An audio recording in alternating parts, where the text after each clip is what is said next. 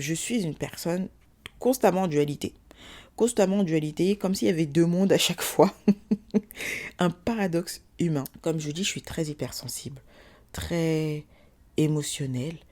Et autant il y a des moments où je vais être très froide, très détachée. Cet épisode est disponible en vidéo sur ma chaîne YouTube Ma Ambitieuse, mais aussi en podcast sur toutes vos plateformes préférées, Spotify, Deezer, Apple Podcast et compagnie. N'hésitez pas à vous abonner à ma chaîne YouTube, n'hésitez pas non plus à vous abonner au podcast et à mettre les 5 étoiles si le podcast vous plaît. Ça aide le podcast comme toujours. Mon infusion gingembre et moi, on vous dit bonjour. Hello, j'espère que vous allez bien. Aujourd'hui, on se retrouve dans un cadre plus chill, plus tranquille, pas maquillé, juste posé avec mon infusion, mon micro et vous pour qu'on puisse discuter, papoter d'un sujet qui m'est venu en regardant une série. J'étais en mode Netflix and chill. Je regardais Ginny et Georgia, la saison 3. Et il m'est passé tellement de choses par la tête. Donc, déjà, avant toute chose, sachez que dans cet épisode, il y aura sûrement du spoil. Donc, spoiler alerte. Si vous n'avez pas vu la série, que vous comptez la regarder, si vous n'avez pas encore visionné la saison 3 et que vous comptez la regarder, n'hésitez pas à revenir sur le podcast un peu plus tard. Parce que là, on va en parler. Alors, première chose, je pense que comme vous l'avez vu au titre, pour moi, Ginny et Georgia, ça ramène au sujet du paradoxe. Je suis une personne très paradoxale, comme beaucoup de personnes, parce que nous sommes des êtres humains. Et pour moi, on ne peut pas être tout noir ou tout blanc. Pour moi, la vie n'est pas toute noire ou toute blanche. La vie est faite de nuances. Et j'ai du mal avec les personnes qui ne nuancent pas leurs propos, qui ne nuancent rien du tout, pour qui la vie c'est noir, c'est blanc, t'es gentil, t'es méchant, etc. Moi, je vois pas la vie comme ça. Et je vais même vous dire, je suis assez intolérante à cette façon de voir la vie, parce que je me dis que c'est simplement de la fainéantise, du manque de volonté d'aller cultiver et faire travailler son cerveau pour pousser un peu les réflexions. Un enfant va dire c'est noir, c'est blanc. Mais quand on devient adulte, justement, c'est même ce qu'on travaille à l'école et tout, le raisonnement, le fait de la pensée, de pousser un peu sa pensée, sa capacité de réflexion. J'estime que la vie est faite de nuances. C'est un peu comme le fond de teint. C'est très bête comme métaphore, mais c'est un peu comme le fond de teint. Quand on va chercher du fond de teint, c'est pas parce qu'il y a des peaux noires et des peaux blanches qu'on va avoir un fond de teint pour peau noire, un fond de teint pour peau blanche. Non. Dans toutes ces couleurs et ces carnations, il y en a énormément. Il y a énormément de nuances. Ça me fait même penser à un mur que j'ai vu au musée de l'Homme très récemment parce que j'y étais en famille. Et oui, c'est ça, pour moi la vie est faite de nuances, tout est nuancé.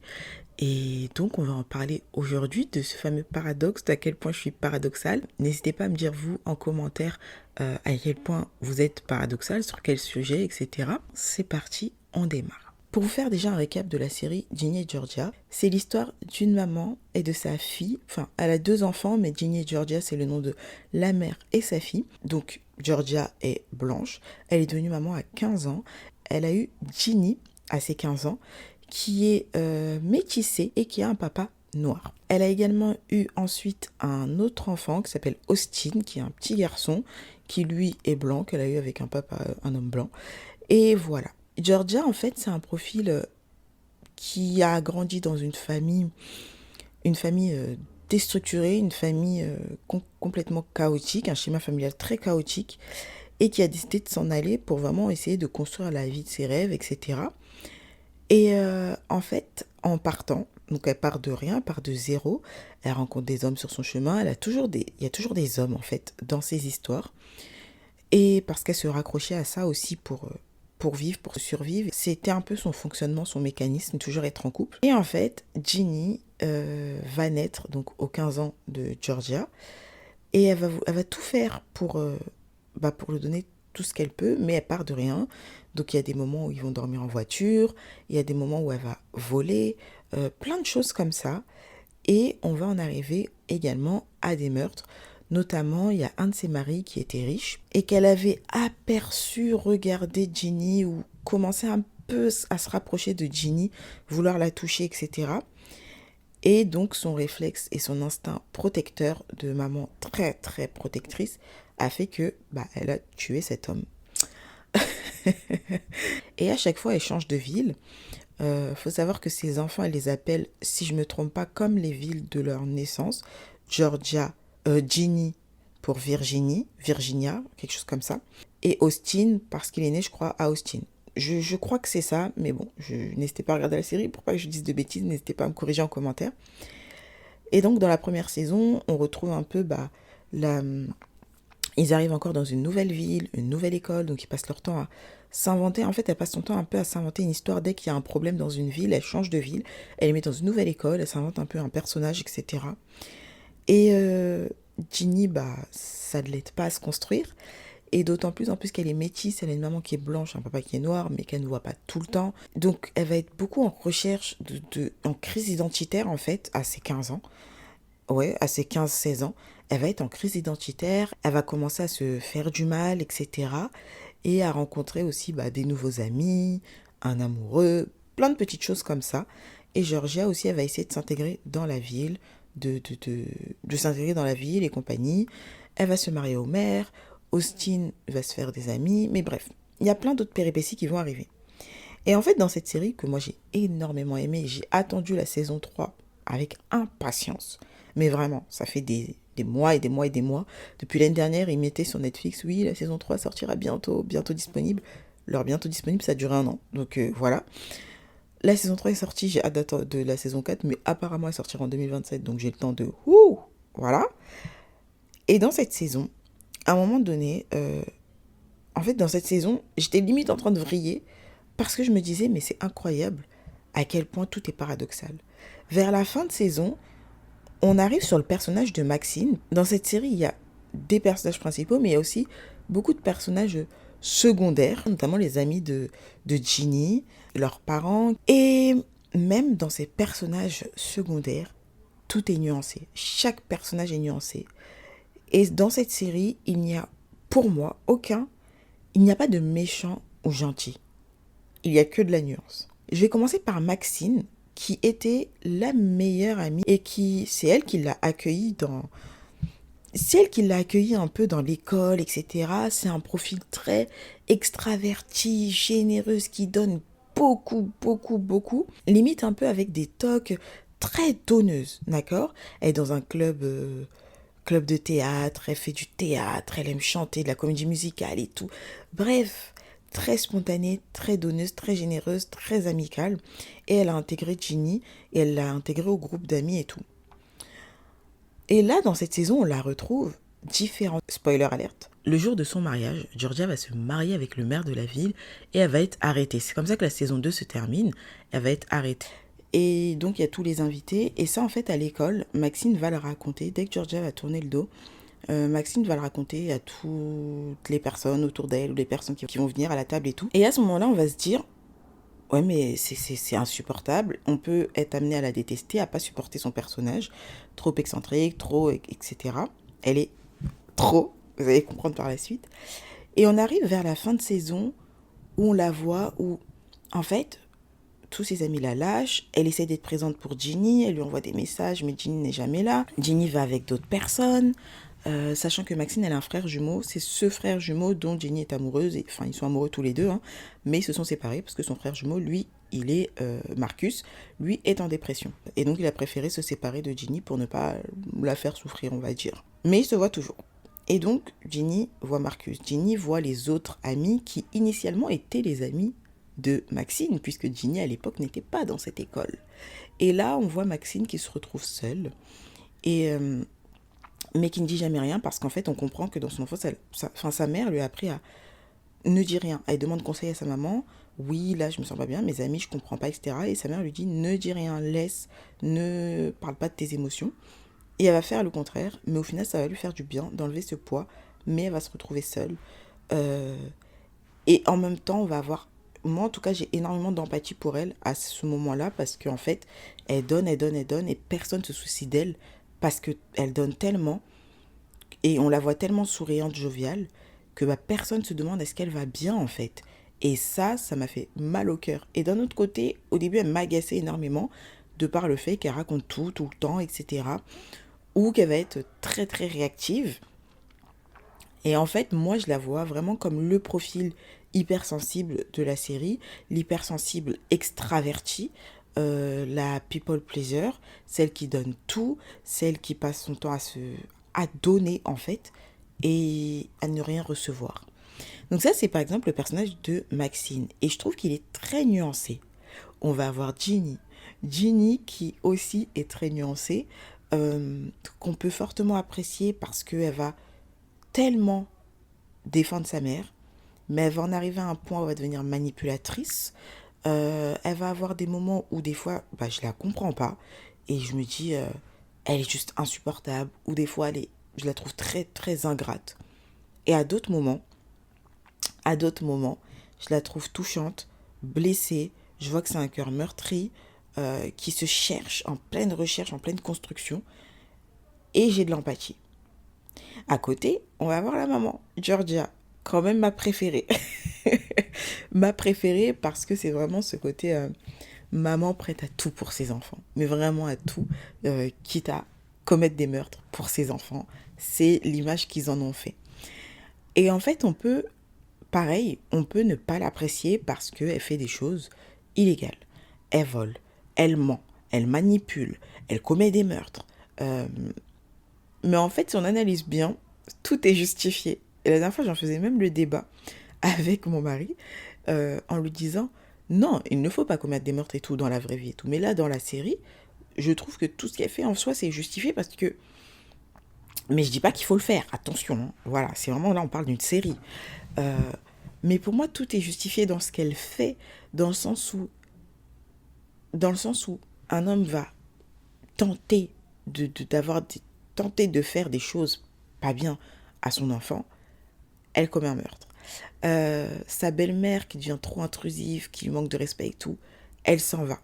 Bon, elle s'en va, mais au final, ils mentent au père en disant oui, on a trouvé une maison, oui, ceci, cela. Et donc le père croit. Donc il ne cherche pas à venir récupérer sa fille. Et il dit ok, qu'on se voit le week-end prochain. Mais en fait, ils dorment dans la voiture. Et ça, c'est des choses sur lesquelles elle ment. Et d'un autre côté, je la comprends, mais d'un autre côté, non, non et non. Ses enfants ont faim, elle va voler dans ces moments-là, dans ces périodes-là. Et plein de choses. Elle va voler dans la caisse de la mairie. Elle fait plein de choses. Et elle va être amenée à tuer le mari d'une de ses voisines euh, pour l'aider parce qu'en fait, elle-même l'a aidé en retour. Et donc, elle pense que ça va l'aider de tuer son mari qui est je crois qu'il est dans le coma depuis des mois et des mois et des mois. Donc, elle va l'étouffer avec le coussin pour que ça se termine et que cette voisine, puisse passer à autre chose, puisse avoir un autre homme, etc. et tout. Sauf que personne ne lui a demandé de faire ça et malheureusement elle l'a fait. Et en fait, elle a aussi cette tendance à toujours se mêler des affaires des autres involontairement, en voulant les aider. Je pense que c'est comme si elle aidait parce qu'elle avait besoin d'aider les autres, mais elle le fait pas bien en fait. Et, et donc on peut se dire, non mais c'est pas possible, elle est instable, etc. Et d'un autre côté, elle est ultra protectrice. Dans le don, en fait, elle a un bon cœur. C'est juste que c'est nuancé. C'est très nuancé. Et ça, je peux vous le faire avec plein de personnages. Par exemple, le personnage du maire, il est hyper bien nuancé. Dans le début, on le trouve parfait pour Georgia. Un homme présent, pas violent, qui accepte ses enfants, qui prend ses enfants comme si c'était les siens, qui s'occupe de ses enfants, qui est gentil. Enfin, il est super. Il est super. Ils se marient, ils emménagent. La petite famille parfaite dont Georgia rêvait.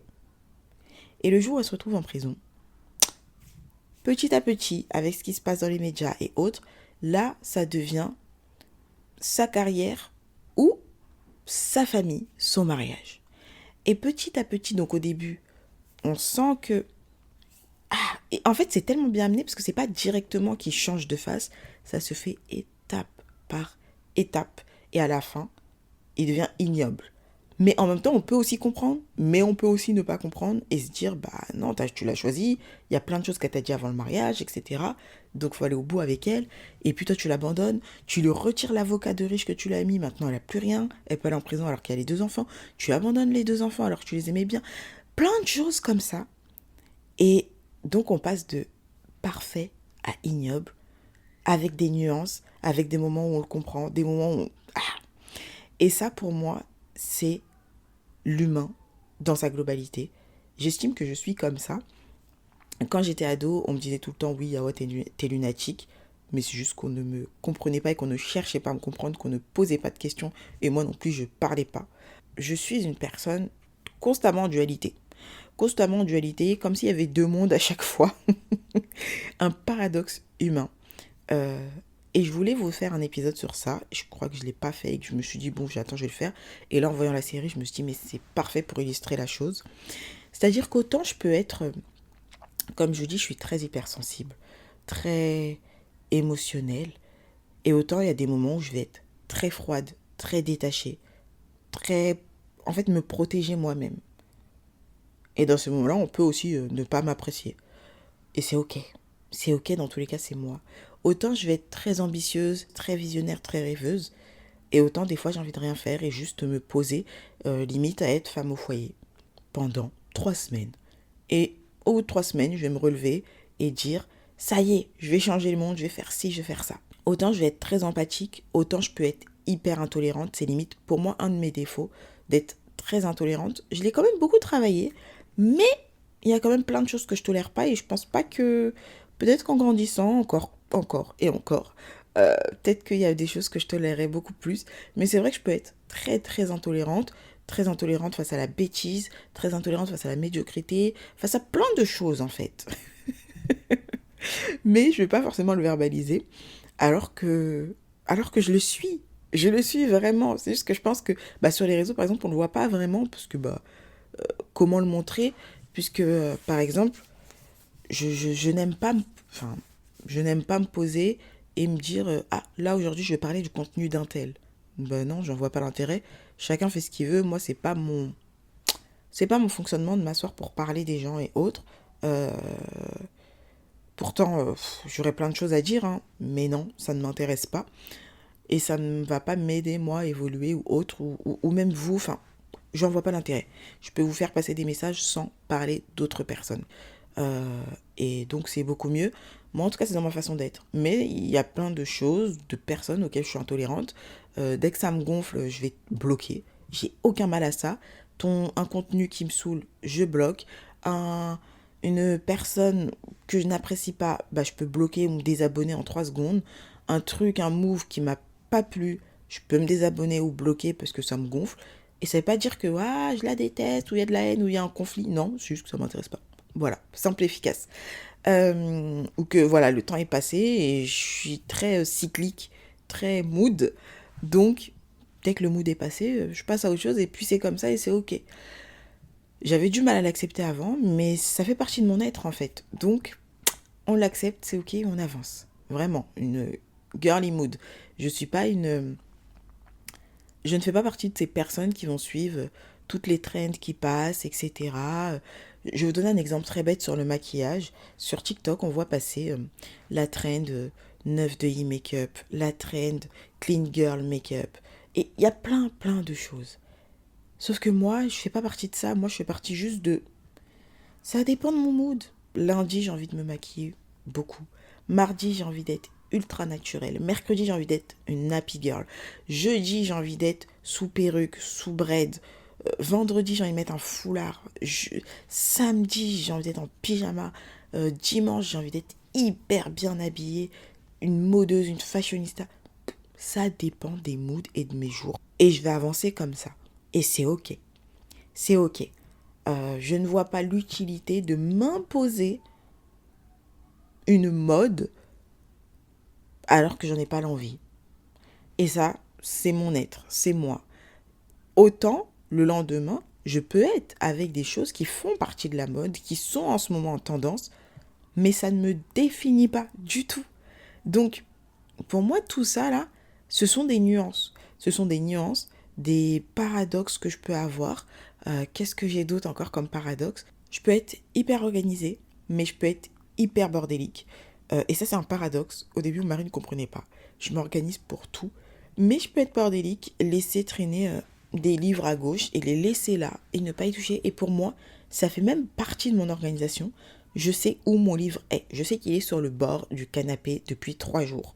et qu'il est là, et je l'ai pas remis dans la bibliothèque. Et en fait, je me dis, peut-être que dans 3 jours, j'aurai envie pendant que je serai sur le canapé, j'aurai envie de lire mon livre. Et donc, moi, je vais me retrouver dans mon bordel, je vais me retrouver dans mon bazar. Mais ça fait de moi quelqu'un de bordélique.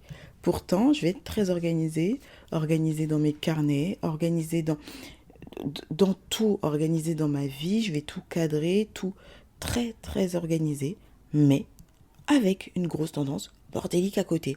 Ça, voilà. Et pour moi, par contre, ça fait sens. Mais pour d'autres, ça va pas faire sens. Je vais être aussi très productive. J'aime beaucoup la productivité. C'est quelque chose qui me passionne, dont je pourrais vous parler un peu plus d'ailleurs sur la chaîne. J'aime énormément la productivité. Et à côté, je peux avoir tendance à procrastiner. Et je vous parle de la procrastination, des différentes méthodes pour ne plus procrastiner.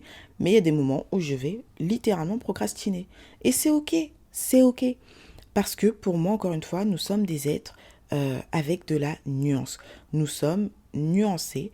Et donc c'est pour ça qu'on ne doit pas s'auto-flageller et se dire ah oui, mais je suis nul parce que ceci, oui. Non, mets de la nuance. Essaye de voir où est le positif dans tout ça, dans ce que tu fais.